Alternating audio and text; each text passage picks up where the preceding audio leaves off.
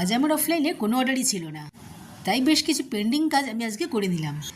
জোম্যাটো থেকে অর্ডার এলে খুব কম টাইম দেয়, তাই প্যাকিংয়ের জায়গাটা একটু ঠিকঠাক করে গুছিয়ে নিলাম।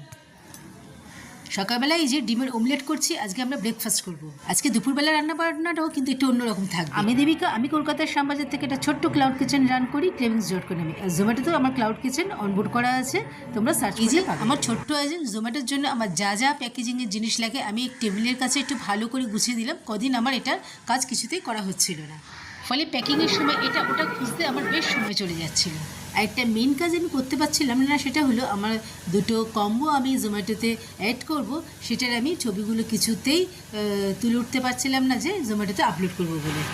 তাই সেই কাজটাই কিন্তু আজকে আমি করব, আর আমি সেই মতো মেনু আজকে লাঞ্চে রেখেছি।